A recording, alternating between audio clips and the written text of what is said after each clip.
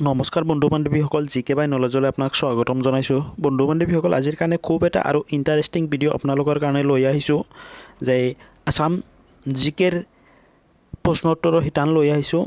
অসম পুলিচৰ হ'বলগীয়া এবি আৰু ইউবিৰ যিটো ৰিটাৰ্ণ টেষ্ট ফেব্ৰুৱাৰী মাহত হ'ব সেই বিষয়ে আপোনালোকৰ কাৰণে এটা জিকেৰ ভিডিঅ' লৈ আহিছোঁ। ভিডিঅ'টো চাই প্লিজ সাবস্ক্ৰাইব কৰিব, লাইক কমেণ্ট শ্বেয়াৰ কৰিব। আহক আজিৰ প্ৰথমটো প্ৰশ্নলৈ যাওঁ আমি যে কোন ৰাজবংশৰ সময়ত মদন কামদেৱ মন্দিৰ নিৰ্মাণ কৰা হৈছিল।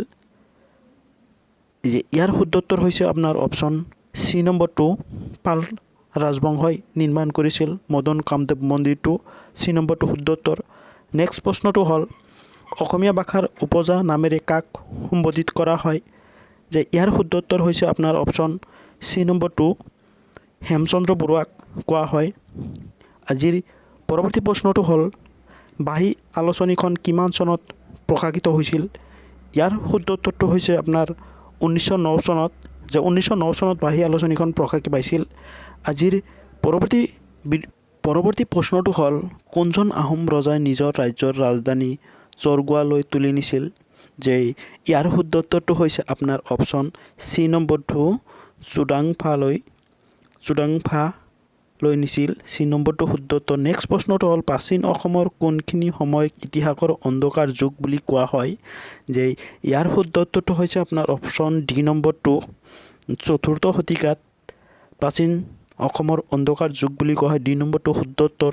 নেক্সট প্ৰশ্নটো হ'ল কিমান চনত কোচ ৰাজবংশী প্ৰতিষ্ঠা হয়। ইয়াৰ শুদ্ধ উত্তৰটো হৈছে আপোনাৰ অপশ্যন চি নম্বৰ 2 1515 চনত প্ৰতিষ্ঠা হয় কোচ ৰাজবংশী। পৰৱৰ্তী প্ৰশ্নটো হ'ল উজনি অসমৰ ব্ৰিটিছ সাম্ৰাজ্যৰ সৈতে কেতিয়া সংযোগ কৰা হৈছিল। ইয়াৰ শুদ্ধ উত্তৰ হৈছে আপোনাৰ 1838 চনত। অপশ্যন এ নম্বৰটো শুদ্ধ উত্তৰ। নেক্সট প্ৰশ্নটো হ'ল কোন বছৰত ৰজা নৰনাৰায়ণৰ মৃত্যু হৈছিল।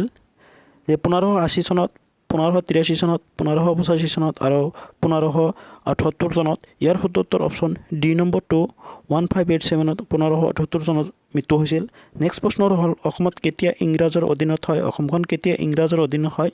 ইয়াৰ শুদ্ধ উত্তৰটো হৈছে আপোনাৰ 1826 চনত। চি নম্বৰটো শুদ্ধ উত্তৰ। যে অসমখন ইংৰাজৰ অধীনত যায় 1826 চনত। পৰৱৰ্তী প্ৰশ্ন হ'ল উত্তৰ পূব কোনটো জনগোষ্ঠীয়ে আগালমাকা পালন কৰে। ইয়াৰ শুদ্ধ উত্তৰটো হৈছে আপোনাৰ ডি নম্বৰ 2 গাৰোসকলে পালন কৰে আগালমাকা। নেক্সট প্ৰশ্নটো হ'ল সংগীত নাটক একাডেমী সন্মান লাভ কৰা প্ৰথম অসমীয়া মহিলাগৰাকী কোন। যে ইয়াৰ শুদ্ধ উত্তৰটো হৈছে আপোনাৰ অপশ্যন বি নম্বৰ 2 প্ৰতিমা বৰুৱা পাণ্ডে। বি নম্বৰটো শুদ্ধ উত্তৰ। নেক্সট প্ৰশ্নটো হ'ল অসমৰ জাতীয় সংগীতটো লক্ষ্মীনাথ বেজবৰুৱাই ৰচনা কৰা কোনটো গীতৰ পৰা লোৱা হৈছে। ইয়াৰ শুদ্ধ উত্তৰটো হৈছে আপোনাৰ অপশ্যন বি নম্বৰ 2 মোৰ দেশ। বি নম্বৰটো শুদ্ধ উত্তৰ। নেক্সট প্ৰশ্নটো হ'ল শংকৰদেৱে কাক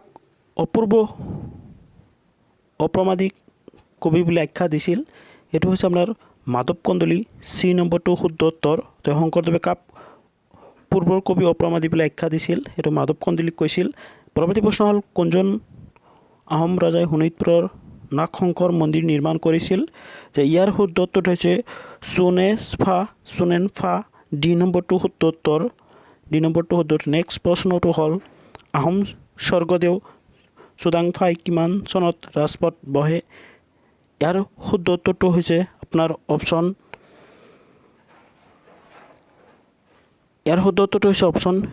ডি নম্বৰটো 1397 চনত। পৰৱৰ্তী প্ৰশ্নটো হ'ল হেম সৰস্বতী হৰগৌৰী সংবাদ কিমানটা পদত ৰচিত। ইয়াৰ শুদ্ধ উত্তৰটো হৈছে অপশ্যন বি নম্বৰটো 899টা পদত ৰচিত হৈছিল। বি নম্বৰটো শুদ্ধ উত্তৰ। পৰৱৰ্তী প্ৰশ্নটো হ'ল কোনজন আহোম ৰজাই ঔৰংগজেবৰ তৃতীয় সন্তানলৈ নিজৰ জীয়েকক বিয়া দিছিল। ইয়াৰ শুদ্ধ উত্তৰটো হৈছে অপশ্যন ডি নম্বৰটো দৈজবজ সিংহ। এইখিনি আছিল আজিৰ ভিডিঅ'। যদি ভিডিঅ'টো চাই ভাল লাগিছে প্লিজ চেনেলটো ছাবস্ক্ৰাইব কৰিব, লাইক কমেণ্ট শ্বেয়াৰ কৰিব। ভিডিঅ'টো চোৱাৰ কাৰণে সকলোকে থেংক ইউ।